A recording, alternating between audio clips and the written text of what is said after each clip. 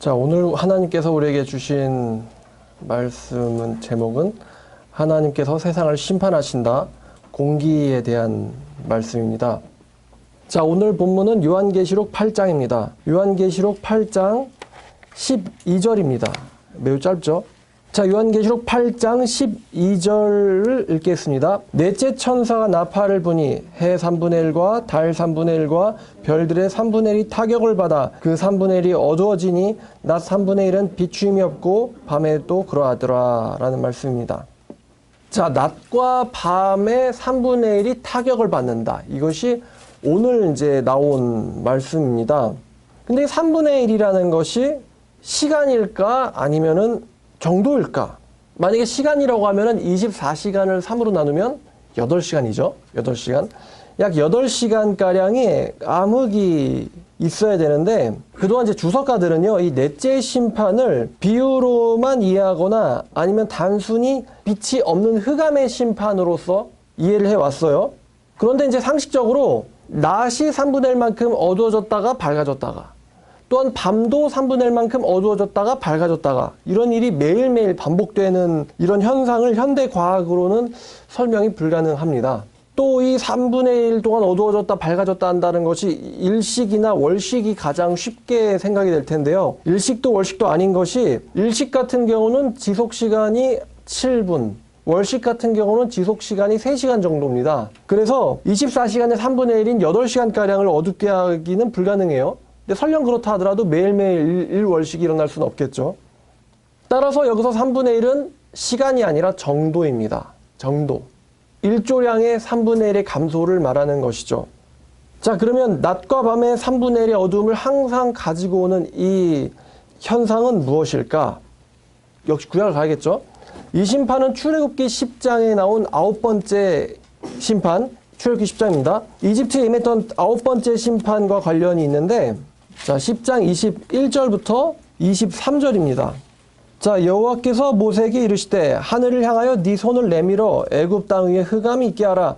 곧 더듬을 만한 흑암이리라. 모세가 하늘을 향하여 손을 내밀매 캄캄한 흑암이 3일 동안 애굽 온 땅에 있어서 그동안은 사람들이 서로 볼 수 없으며 자기의 처소에서 일어나는 자가 없으되 온 이스라엘 자손들이 거주하는 곳에는 빛이 있었더라. 자, 이 말씀이 문자 그대로의 심판이었죠. 따라서 이것을 비유로 흑암이 아니다 라고 이해하는 것은 잘못된 것이고, 또 그동안 주석가들이요, 이 요한계시록의 4번째 나팔 심판이 출애굽기의 9번째 재앙과 사실 관련되어 있거든요. 그런데 그게 또 사실 함정이 돼가지고 이것이 흑암 심판이라고만 생각을 해온 거예요. 나팔 심판이 흑암 심판이라고만. 저도 한번 만약에 출애굽 때에 살았더라면은 하나님께서 3일 동안 캄캄하게 어떻게 세상을 바꿨을까, 저 과학적 현상은 무엇일까라고 저도 한번 가서 관찰을 해보고 싶습니다.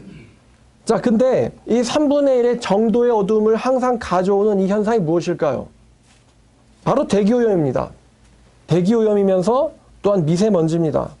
출애굽기 심판 연구할 땐 이게 흑암을 가져왔기 때문에 이 주석가들이요, 이것이 정말 하늘의 빛을 가리는 것으로만 생각했지, 이 현상이 대기에 나타났을 때 우리에게 피해를 미치는 거에 대해서는 주석가들이 생각을 못했던 거예요. 제가 어제 확인을 해보니까 비유로 푸는 사람들은 아예 흑암이 아니라 그러고, 이거를 문자적으로 푸는 사람들은 이것이 대기오염이라고 생각하지 못합니다. 그냥 빛만 어두워진다 이렇게 딱 생각했던 거예요. 근데 태양이나 달이나 별이 이상이 생기는 것이 아니고 지구에 일조량의 문제가 생기는 거라면은 태양을 가리는 태양의 문제가 없고 이렇게 가리기만 해도 충분히 일조량을 감소시킬 수 있겠죠. 근데 우리가 그 현상에 대해서 생각하지 못했던 겁니다. 그동안 주석가들이. 대기오염. 자, 이것은 하나님께서 공기에 대한 직접적인 심판으로서 인간의 숨을 가지고 심판하시겠다는 것과 같은 말입니다. 자, 지난번 계속해서 연거푸 설교해 왔던 것처럼 이 나팔 심판은 하나님께서 재앙 때, 종말 전에 임할 재앙에 대해서 예언하고 계십니다. 근데 그 처음에 하나, 둘, 셋, 네 개는 어디에 대한 재앙이라고 그랬죠? 자연계에 대한 재앙이라고 했습니다. 뒤에 하나, 둘, 세 개는 인간에 대한 직접적인 공격입니다.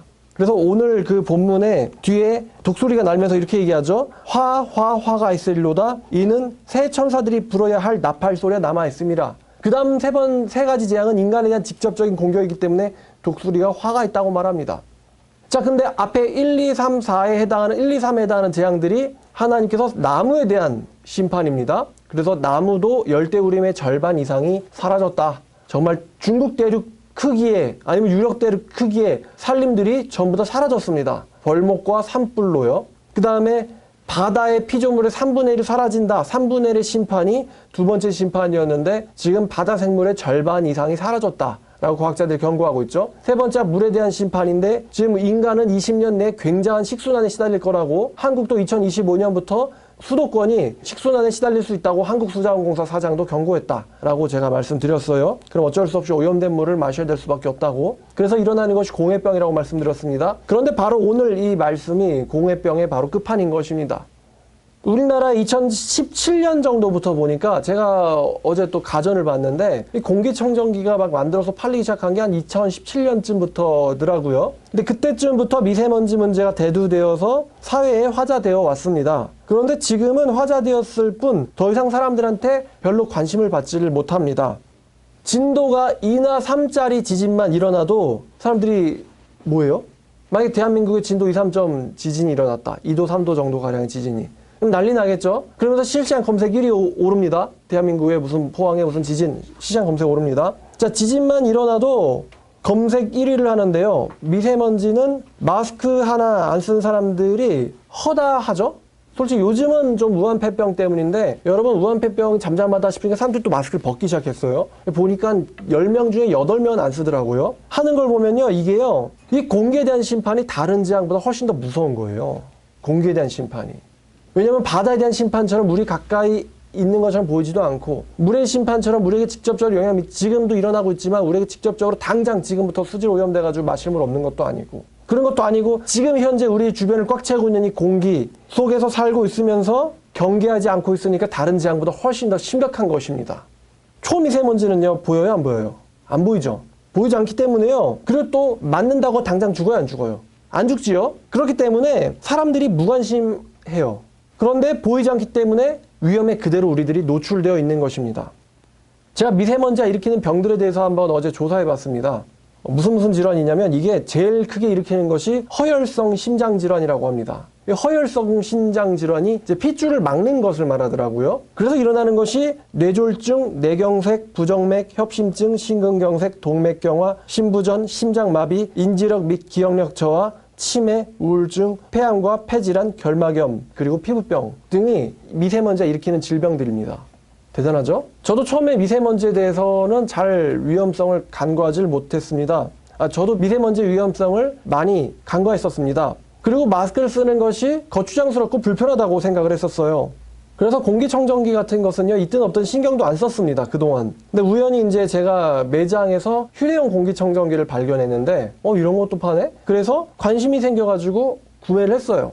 근데 구매를 하고 보니까 거기에 센서가 달려있더라고요, 공기청정기에. 그래서 제가 심심해서 제가 다니는 곳곳의 공기질을 측정을 해보았습니다. 제가 이제 측정을 하고 이러고 들고 다니는 것을 이제 마치 이제 초롱불 들고 다니는 사람 같대요. 이러고 다니니까요. 그래가지고 자 결과는 어땠을까요? 결과는 끔찍합니다.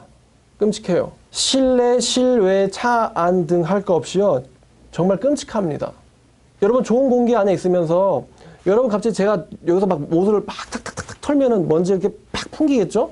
그러면은 이제 지금도 이렇게 떠다니는 게 보이는데 먼저 팍 풍기면은 그게 이 센서 반응을 하거든요. 그래가지고 파란불이었다가 갑자기 초록불로 바뀌더니만 주황불로 바뀝니다. 더 심하면 빨간불이 되거든요. 근데 그 정도가 되려면 먼저 팍 해야 돼요. 이게 내가 옷 털고 있는 걸 얘가 알고 있구나. 이것은요, 크기가 10 마이크로그램 이상의 거대한 미세먼지입니다. 우리 눈에 보이는 것들을, 떠다니는 것들은요. 근데 초미세먼지는 눈에 보인다고요? 안 보인다고요? 안 보입니다. 근데 바깥에 나가잖아요? 그럼 막 떠다니는 그런 게 안 보이는데 얘는 제가 막 옷을 털었을 때처럼 굉장히 빨갛게 변해 있어요. 하나도 안 보이는데, 눈앞에. 그러니까 이게 여러분 자주 보셨겠지만 한강 서울이나 아니면 뭐 옥상에 높은 곳에서 멀리 딱 보면은 미세먼지 낀 날 어때요? 뿌옇죠? 뿌옇단 말입니다. 그런데 여러분 지상 내려와가지고 1m 앞을 보면은 뿌옇습니까? 눈앞에 있는 뭐 초목이나 나무나 풀을 보면 뿌옇습니까? 뿌옇게 안 보인단 말이에요. 그래서 1, 2m 앞이 뿌옇게 보이지 않지요. 왜냐하면 너무 작아서 안 보이기 때문에. 그래서 깨끗하게 보이지만 실제로는요, 옷을 막 털었을 때에 해당하는 그 먼지 구덩이가 아주 작아서 안 보이는 상태가 지금 가득 차 있는 거예요. 그거를 제가 이걸 들고 나가보니까 알겠더라고요. 보이는 건 없는데 얘는 빨개요. 근데 얘가 고장났나? 근데 아무것도 안 보이거든요. 근데 그렇진 않더라고요. 왜냐면 옷을 털면 반응을 하니까 얘가. 근데 이거를 그러면 어디 들고 가봤냐? 제가 병원 갈 때도 병원 내부에도 들고 가보고요. 또 당연히 여기서도 놔보고 또 길거리에 나갈 때도 들고 다녀보고요. 어디든 다 가봤어요. 근데요, 여러분 여기 바로 앞에 길만 나가도요 빨갛게 변합니다. 바깥에 나가면요. 안 보이죠? 1m 봐도 뭐 횡단보도를 봐도 안 보입니다. 뿌연 게 안 보여요. 왜냐면 건물에 다 막혀 있잖아요. 그런데 실제로는 굉장히 빨갛다는 거예요. 그리고 우리는 그거를 계속 마시고 있는 거죠. 그래서 충격을 받아서 야 이거 큰일 났구나. 그동안 제가 2007년도부터니까 무시하고 살았거든요. 그래서 서둘러서 2019년에 허겁지겁 공기청정기를 구입해서 교회에만 3개가 있죠. 여러분 모르시겠지만 제가 자꾸 이제 체크를 하고 관리를 합니다. 교회만 3개 있어요.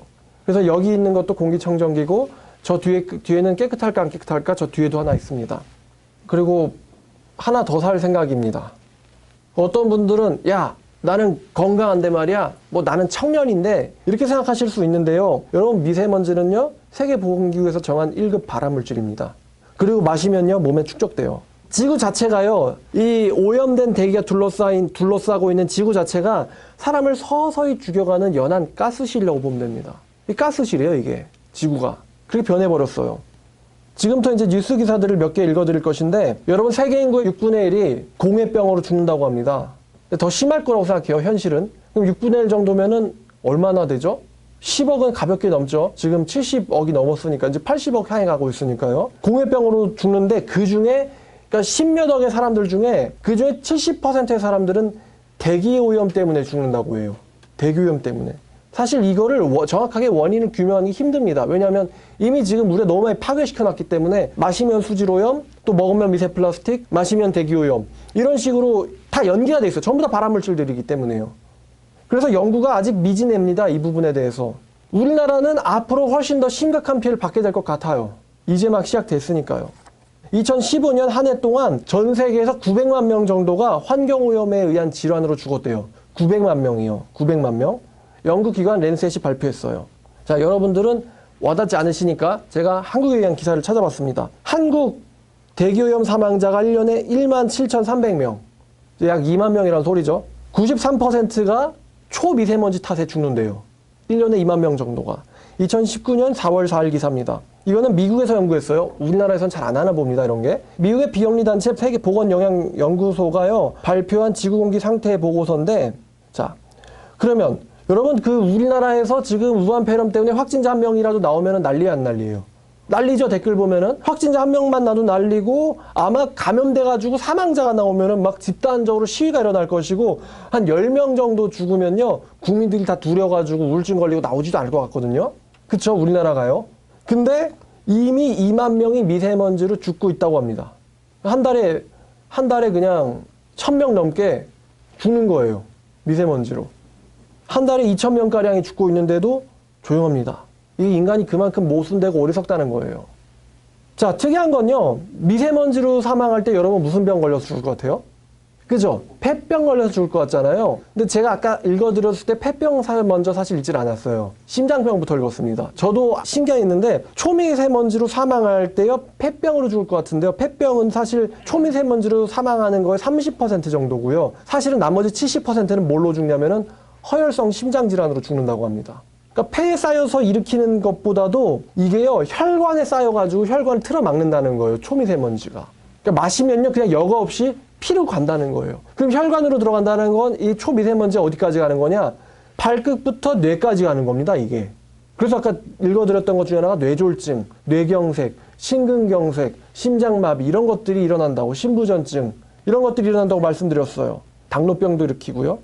자, 2019년 3월 14일에 중앙일보에 이런 독일의 연구기관의 발표가 있었는데 독일 마인즈 의대와 막스 플랑크 연구소를 비롯한 국제 공동 연구진이 2019년 3월 12일에 이 같은 내용의 논문을 이제 유럽 심장학회지에 발표를 했습니다. 뭐냐면 이제 굉장히 많은 사람들이 초미세먼지 900만 명가량이 초미세먼지로 죽고 있다는 거. 근데 심지어 이 초미세먼지로 죽는 사람들의 숫자가요 담배 펴서 흡연으로 죽는 사람들보다 이미 그것보다 더 많다고 합니다.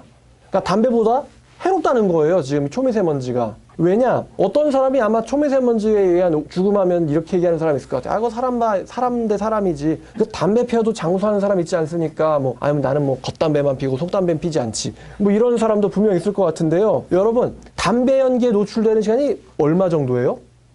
5분 정도? 근데 담배 피는 사람도 담배 연기는 싫죠. 담배 피는 애들 옆에 지나갈 때. 그러니까 담배 연기에 노출되는 시간은 기껏해야 몇 분입니다. 그리고 뭐 이제 하루에 10개 피면 한 50분, 한 갑 정도 피면 한 2시간이겠죠? 담배 연기는 여러분 피할 수 있죠? 담배 피면은 코 막고 지나가든지 돌아서 가면 되잖아요. 근데 여러분, 초미세먼지는 피할 수 있을까요? 초미세먼지는? 못 피합니다, 여러분. 못 피해요. 지금 이 순간에도 바로 이 공간에 있습니다. 못 피합니다. 그래서 대기오염에 노출되는 시간 24시간 내내이기 때문에요. 담배 연기는 피할 수 있지만 초미세먼지는 피할 수가 없어요. 밖에를 나가도 차를 타도 실내를 들어가도 대중교통을 이용해도 버스를 타도 지하철을 타도 또 지하철 역사를 내려가도 어디에든 오염된 대기는 우리 주변을 가득 메우고 있다는 것입니다. 미세먼지에 의한 사망자가 흡연 사망자보다 많아요. 이거는 국민 전체가 담배를 피우고 있는 것과 마찬가지입니다. 그 연구진이, 이 독일 연구진이 뭐라고 또 얘기했냐면요. 각 국가가요, 그 미세먼지에 대한 그 기준을요, 세계보건기구의 수준으로 강화해야 된다고 주장했습니다. 초미세먼지로 죽으면서도 사람들이 거기에 대해서 국가적으로 둔감한 이유가요, 세계가 자기들 나름의 기준으로 이것을 측정하고 있거든요. 그러니까 똑같은 양을 측정해도요, 세계보건기구의 그 계산법에 의하면은 위험한 수준인데, 각국 나라별 수준으로 대응하면은 그게 또 좋음으로 나오는 거예요, 보통이나. 우리나라도 우리나라의 한국 측정 기준이 있습니다. 근데 이 WHO에서는 10 마이크로그램 이상의 먼지가 20 정도, 20 마이크로그램 세제곱미터가 이게 좋음의 기준이에요. 그러니까 세제곱미터니까 하나 정도의 크기에 20개 정도가 있으면 이거는 좋음이라고 합니다. 그보다 더 넘어가면 안 되고요. 그 다음에 2.5, 그러니까 이제 초미세먼지죠. 초미세먼지 같은 경우는 10개 정도가 있으면은 이제 좋음이라고 해요. 그러니까 2.5는 10, 10은 20. 이렇게 기억하시면 될 것 같아요. WHO의 기준이. 2.5는 10, 10은 20. 그죠? 그러니까 작은 거는 10개까지 오케이. 큰 거는 20개까지 오케이. 왜 큰 게 더 왜 관대하냐면은 큰 미세먼지는 배출이 그나마 잘 됩니다. 초미세먼지는 여기까지 들어가는데. 그래서 큰 거는 그래 괜찮아. 근데 작은 거는 좀 더 위험해. 이렇게 얘기하는 거죠. 우리나라도 이 독일 연구진의 경고처럼요, WHO 기준보다 훨씬 느슨한 기준을 갖고 있습니다. 한국 기준이요.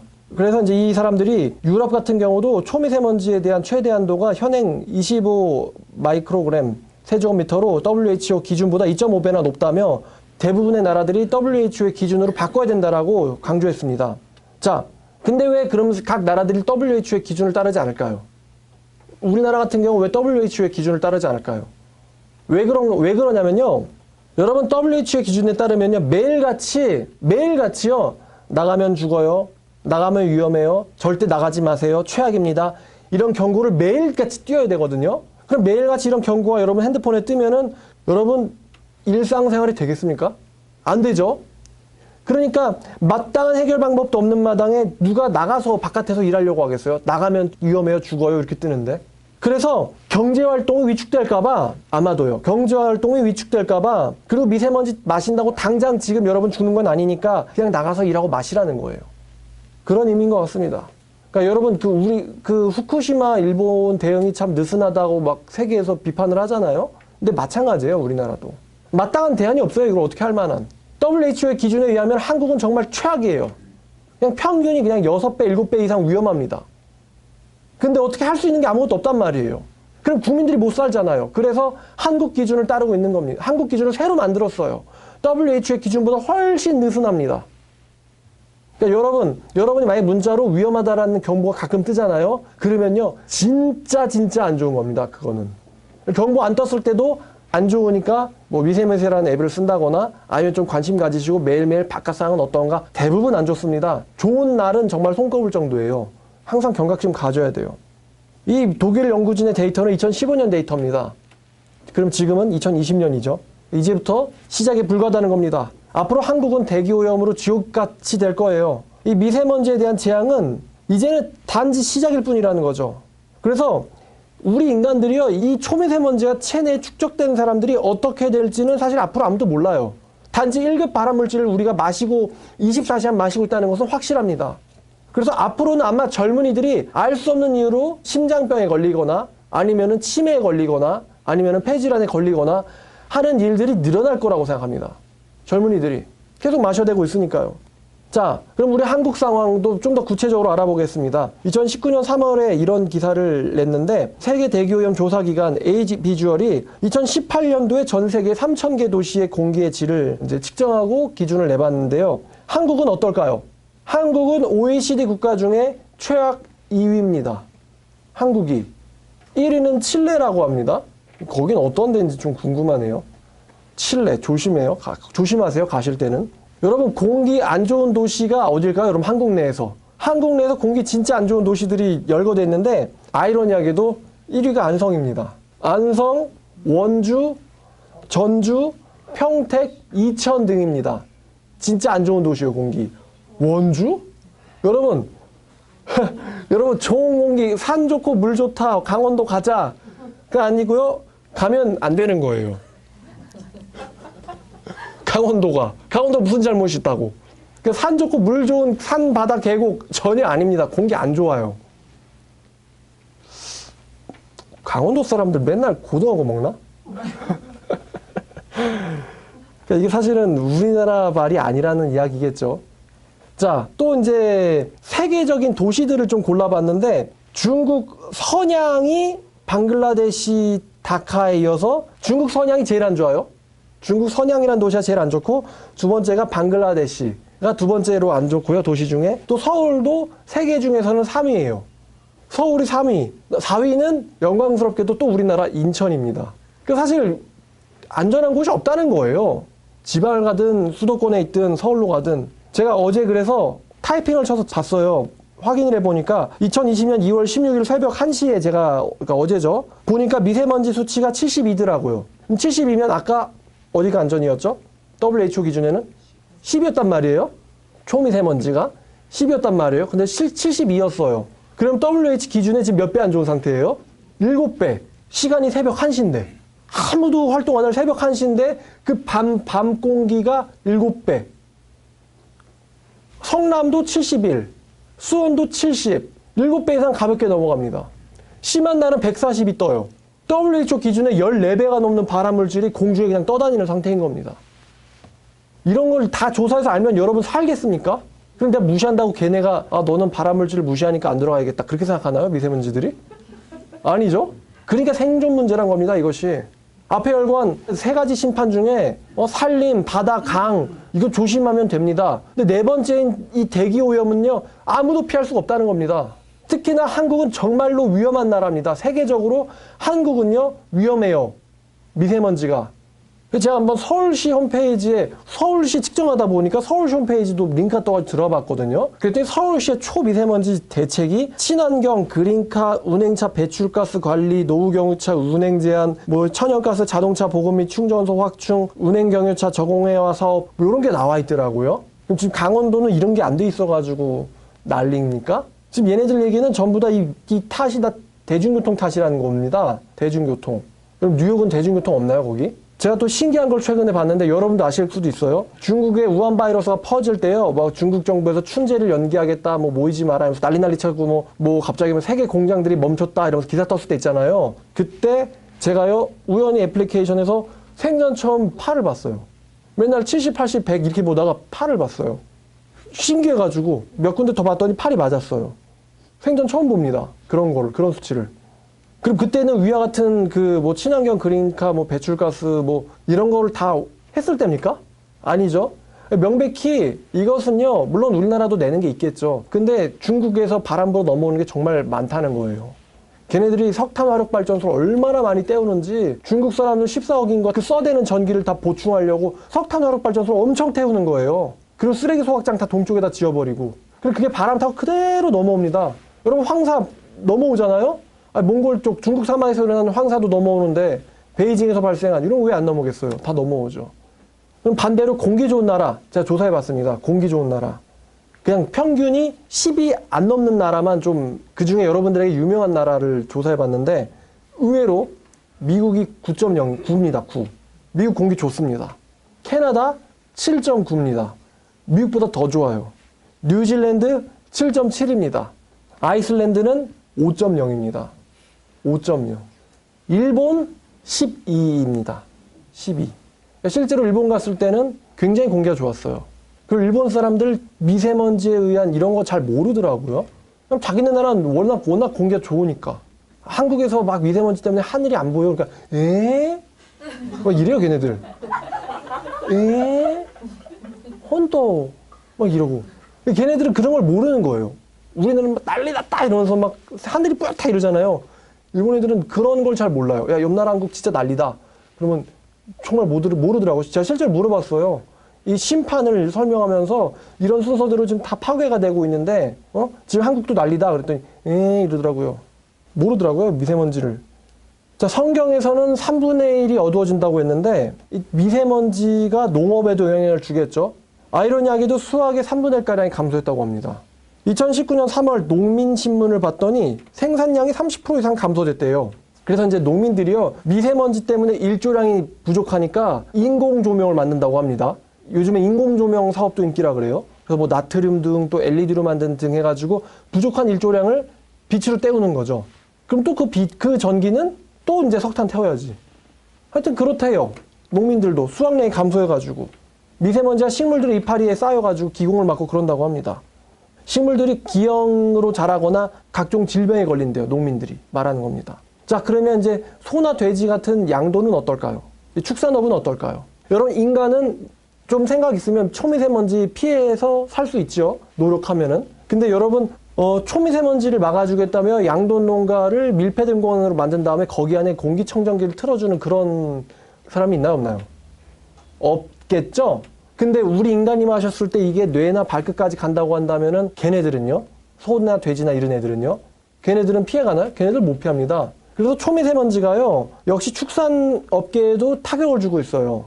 그 고기들이 그 미세먼지가 심혈관 또 소돼지의 뇌나 이런 데까지 들어가고 또 그것에 노출된 가축을 우리가 도축해서 육류를 통해서 또 먹죠? 그럼 또 먹으면 미세 플라스틱이랑 초미세먼지 먹고 있는 거예요.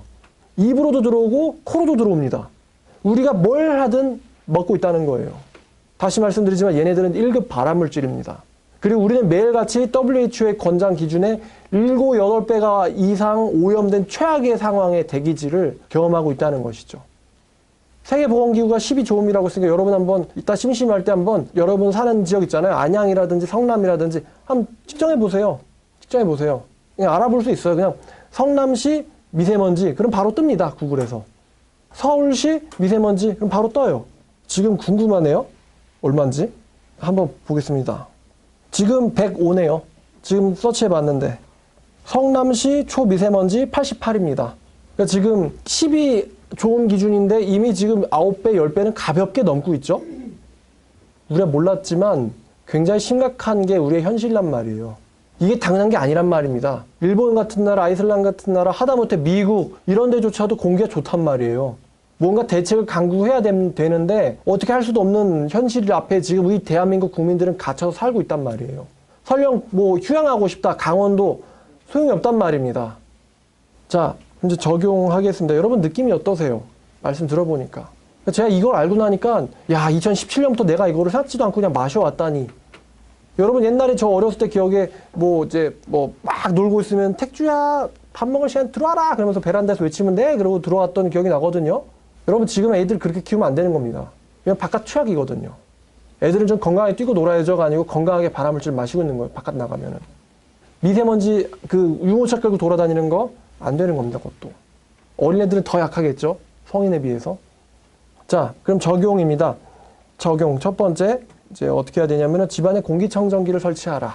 그러니까 없는 분도 계실 텐데 설치하세요. 필터 등급은 H12 이상, H12는 99.5%, H13은 99.75% 이상을 걸러냅니다. 설치하세요.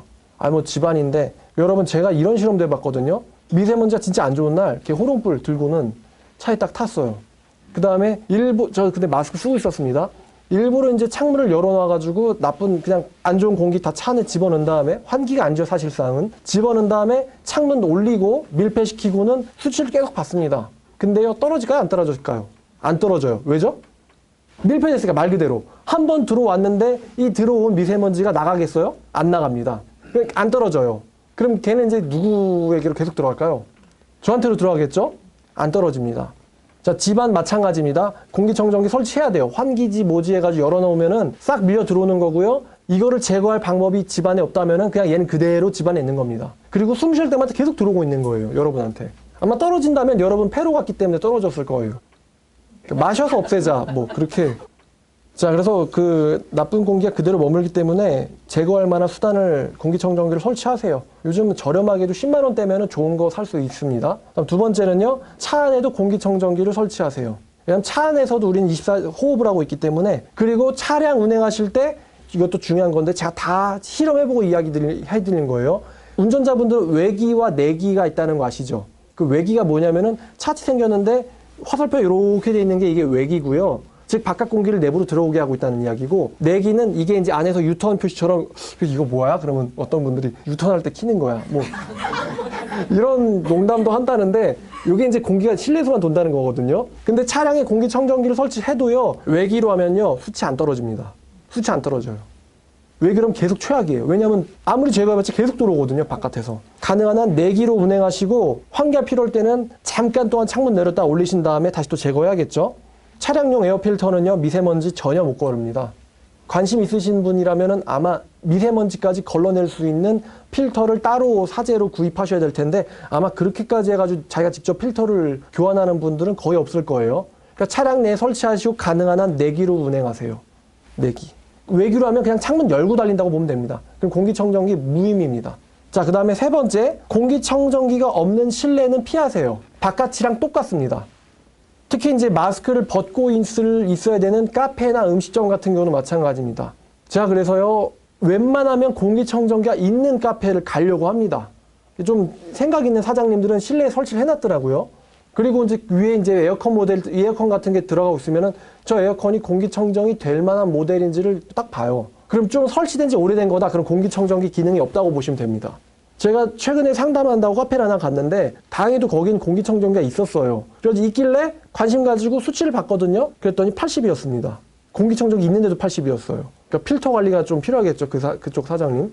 자, 그 다음에 네 번째입니다. 네 번째는 마스크 착용을 생활화하셔야 됩니다. 마스크 착용 생활화. KF80 이상을, KF80도 좋아요. 항상 차고 계세요. 나가실 때는. 80이라는 거는 초미세먼지를 80%까지 거른다는 이야기거든요. 그러니까 예를 들어 바깥이 80이다. 세계보건기구의 8배 이상 안 좋은 거예요. 근데 10%면 8이잖아요. 20%면 16입니다. 그럼 여러분 안에 16만 돌아다닌다는 소리예요. 이 정도면은 좋은 편이라고 할 수 있겠죠. 16 정도면은. 일본이 12니까요. 80 이상을 무조건 착용하세요. 이거는 한국인의 숙명이라고 보시면 됩니다. 마스크는 한국인의 숙명이다. 나가면 무조건 찬다. 항상 가방이나 차에 비치해 두고 있다가 무조건 안 가져왔네? 그러면 준비했다가 꺼내서 차세요. 편의점 가면 바가지 먹습니다. 한국인으로 태어났으면 마스크는 숙명이라고 생각해라. 아마 인류가 멸망하는 날까지 한국의 초미세먼지 문제는 안 없어질 겁니다. 한국의 초미세먼지 문제 해결하기 위해서는요, 중국을 두 가지 방법이 있죠. 중국을 산업화 이전으로 돌려주든가 아니면 중국인을 없애면 됩니다. 근데 이 두 가지 방법 다 불가능합니다. 여러분, 중국 애들이 어떤 애들인지 아세요? 세계 어떤 또 기구에서 지금 전 세계적으로 금지하고 있는 에어컨 냉매가 있습니다. 유식한 분은 아실 텐데 프레온가스죠. 프레온가스를 금지시켰어요. 왜냐하면 얘네가 뭘 박살내요? 오존층을 박살내니까 금지시켰어요. 근데 갑자기 줄어들고 있던 오존 구멍이 갑자기 또 확 넓어진 거예요. 엄청 넓어진 거예요. 그래서 왜 갑자기 이렇게 넓어졌지? 하고는 얘네들이 추정을 해봤거든요. 추적을 했더니 이 중국에서요, 프레온가스가 값이 싸다면서 미친 듯이 생산하고 있었어요. 중국 동부 지역에서 연간 7,000톤의 프레온가스가 배출됐다라고 추적을 했습니다. 당연히 중국 정부는 우리나라는 그런 짓 하지 않았다. 오리발을 내밀었죠. 그러고서는 단속을 했어요. 걸렸죠. 프레온가스 만들던 사람들이. 그러니까 얘네들은요, 돈 된다면요, 뭐든 하는 애들이잖아요. 그렇기 때문에 얘네들이, 우리가 이렇게 다 써버리면 안 되겠지, 다 태우면 안 되겠지, 이렇게 경각심을 가지고 그렇게 될 일은 없습니다, 아마도. 인간의 탐욕과 연관돼 있어요, 사실은. 여태까지 열거한 것들. 산림 파괴. 참 이것도 좀 답답한 이야기인데, 여러분 산림이 지금 절반 이상이 파괴됐다고 하잖아요. 근데 왜 파괴되는지, 인간의 벌목과 벌채와 방화 때문이에요. 인간들이 숲에다 불을 지릅니다. 왜 불을 지르냐면은 땅을 키우려고 불을 질러요. 그러니까 정글은 냅둬봤자 돈이 안 되니까 거기다 옥수수를 심든지 뭐를 심든지 심어가지고 돈을 벌어야겠으니까 정글에다 불을 질러가지고 밭으로 바꿔버립니다. 이게 브라질 애들이에요. 브라질 애들이. 방화로. 과학자들이 다 난린데, 산림 사라지고 있다고 다 난린데, 그러니까 인간의 탐욕이랑 다 연관돼 있죠. 바다도 왜 물고기들을 멸종합니까? 첫 번째는 너무나 지나친 이 어획 때문에. 얘네들이 물고기가 멸종되고 있으니까 좀 놔줘야지 이럽니까? 배 타고 나가서?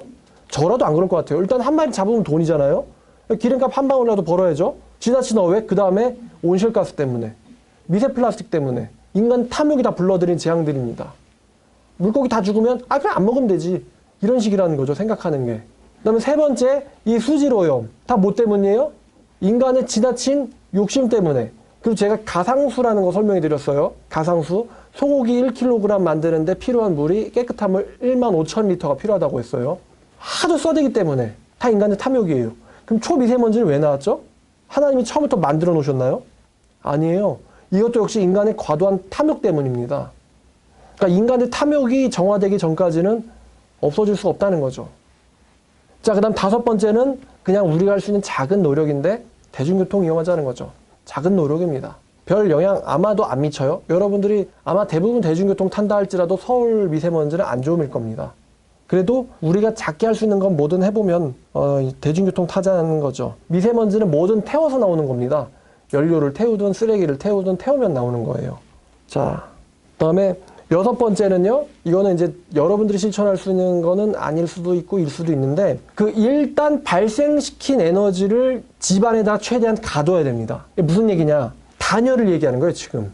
단열을 잘 해서 지어서 한번 열을 떼우면 이 열이 오래 가도록 다른 에너지의 추가적 공급 없어도 또 한 번 집을 냉하게 시원하게 만들면 그 냉기가 오래 가도록 단열이 좋은 집을 이제 만들어야 돼요. 이거는 아무래도 건축하는 분들이 좀 실천하셔야 될 것 같고 여러분들도 특히 이제 우풍이라고 부르는 거 있잖아요. 그 부분을 특히나 다 잡아주시도록 하면은 아무래도 여러분들의 미세먼지 절감에 도움이 됩니다. 유럽의 어떤 선진국들은요, 에너지 문제를 단독적으로 해결하는 집이 있다고 해요. 그래서 보니까 일단 태양열 받아가지고 태양열 패널로 전기를 모아가지고 그 전기를 가지고 난방을 하는데 집 자체가 단열이 되게 잘 돼 있어요. 그래서 한 번 난방을 살짝 켜놓으면은 이때 올라간 열이 안 떨어지는 거예요. 이때 떨어진 이 기온이 또 냉기가 안 식는 거예요. 단열이 잘 돼 있어서. 그리고 남는 에너지로 온수 쓰고 이런 집들이 있다고 해요. 유럽에는. 그러니까 독일 같은 데서 연간 온실가스 감축 5천만 톤을 했다고 하는데 서구 유럽 중에 선진국 국가들이 그런 실천을 하는 것 같습니다. 근데 우리나라도 그렇게 됐으면 얼마나 좋을까요? 그죠? 그냥 대충 날림 그게 아니라 집을 다 잘 튼튼하게 또 단열 잘 되게 지어가지고 사람들이 에너지 소비를 덜 하도록 만드는 거. 자, 그 다음에 일곱 번째는 뭐냐면은 주변에 이 이야기들을 알리세요.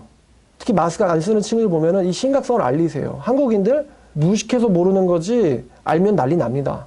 왜냐면 이 우한 폐렴 바이러스만 가지고도 이 사람들 난리치는 걸 보면요. 이 정도로 한 달에 2,000명이나 죽는다고? 그죠? 여러분 한 달에 2,000명이나 폐렴으로 죽는다고 생각해 보세요. 우한 폐렴으로. 그러면 국민들이 가만히 있겠습니까? 그죠? 한 명만 죽어도 난리인데 대기오염으로 2,000명씩 죽고 있는데 조용하단 말이에요. 그러니까 몰라서 그런 겁니다. 이거는. 여러분들이 알리세요. 알리셔야 합니다. 그리고 또 뭘 같이 알려줘야 되냐면은 복음과 하나님의 심판을 같이 전해줘야 돼요. 우리가 지금 이런 시대에 살고 있다. 이게 하나님께서 역사하시는 방법 중에 하나고 이게 하나님의 계획 중에 하나다. 알리셔야 됩니다. 잠언 27장 12절에 보면요. 지혜로운 자는 재앙을 보면은 피한다고 합니다. 그런데 어리석은 자는 나가다 그냥 그대로 당한다고 화합니다. 잠언 27장 12절에 한번 읽어볼까요? 자, 슬기로운 자는 재앙을 보면 숨어 피하여도 어리석은 자들은 나가다가 해를 받느니라. 이렇게 써 있잖아요. 여러분 지금 우리가 산과 바다와 강과 공기 중에 일어나는 이런 일들이 하나님께서 하시는 심판이라는 건 알면은 지혜로운 사람들은 거기에 대해서 대비를 해야 된다고 생각합니다. 특히 자연계에 대한 심판은 믿음 있는 사람이라도 피할 수 있는 것이 아니기 때문에 거기에 마땅한 대응책을 갖고 있어야 돼요. 얼마 전에 제가 이제 어떤 아는 외국인 친구가 있는데 이 친구는요, 물을요, 증류수밖에 마시지 않습니다. 정수기도 안 믿고요, 증류수만 마셔요. 그 의약품 만들 때 쓰는 물 있잖아요. 증발시켜가지고 증기를 모아서 만든 물. 아무런 그게 없는. 근데 그 증류수를 마시는데 좀 불편한 것 같아요. 왜냐면 아침마다 물을 끓여가지고 부어놓으면은 얘가 이제 몇 시간 동안 얘를 증발시켜 버리거든요. 그래서 증류된 물을 다른 통에다가 옮겨줘요. 너무 불편하지 않냐? 그랬더니 불편한 것 같아도 그 물을 마시면은 느낌이 넘어가는 느낌도 다르고 하루가 다르다고 얘기를 합니다. 그래서 걔는 계속 그걸 쓰고 있어요. 그 친구는. 근데 저한테 제가 좀 뭘 좋아줬더니 저한테 증류기를 2개를 주겠답니다. 그래서 원래 개당 60만 원이거든요. 근데 저한테 2개를 그냥 주겠어요. 하나는 니네 집을 위해서, 하나는 교회 사람들을 위해서, 교회 하나, 너네 집에 하나 2개 주겠다, 가져가라 그러는 거예요. 그래서 그때는 제가 귀찮으니까 됐어 그랬거든요. 그 끓이는 거 언제 그거 하고 있냐, 나 그냥 정수물 마실래 이랬는데 하다 나서 어디든 쌓아 놔야 될 것 같긴 해요. 남들 다 물 부족해서 난리 막 오염됐다 이럴 때 저는 끓여 먹고 있게. 여러분 받을까요 말까요? 받을까요? 그럼 제가 여기다가 갖다 놓을게요. 2개 다 가져올 테니까 여러분들 관심 가지고 써서 한번. 예. 그러니까 이제 옛날에는 무시했거든요. 무슨 수질 오염이야, 나 정수기 쓸 건데.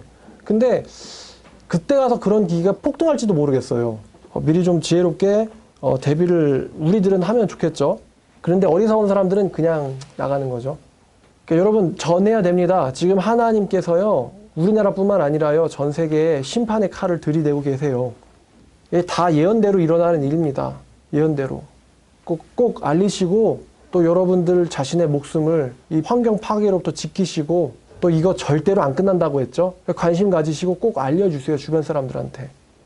그리고 마스크 착용 생활화. 아마 여자분들 화장 때문에 좀 불편하실 수도 있는데, 이제 이쁘게 죽을래? 아니면은 마스크 쓰고 건강할래?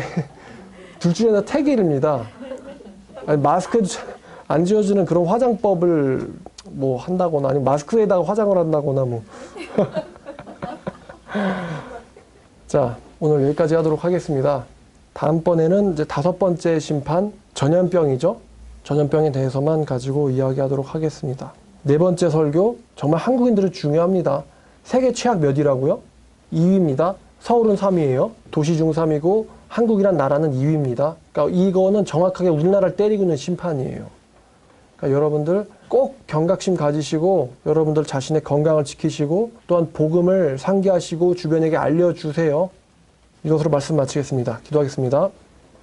하나님 아버지 감사합니다. 주님, 우리에게 이렇게 말씀을 통해서 세계의 위험들을 알려주시고 또 무슨 일이 일어날지도 알려주시고 그것에 대해서 어떻게 대책을 세워야 될지도 주님 성령을 통하여 깨닫게 해주시기를 원합니다. 아버지, 또한 우리가 이 세계적인 문제에 대해서 지혜롭게 대응해서 하나님 아버지, 우리가 하나님의 일을 수행하는데 정말 어려움이 없도록 주님 도와주시기를 원합니다. 아버지, 지금 전 세계적으로 여러 가지 역병과 또 파괴로 난리일 때 주님, 우리들이 이 가운데서 어떻게 이것을 하나님의 말씀을 지키고 행해야 될지 지혜도 주시옵소서. 아버지, 모든 말씀 우리를 구원하신 예수님의 이름으로 기도드렸습니다. 아멘.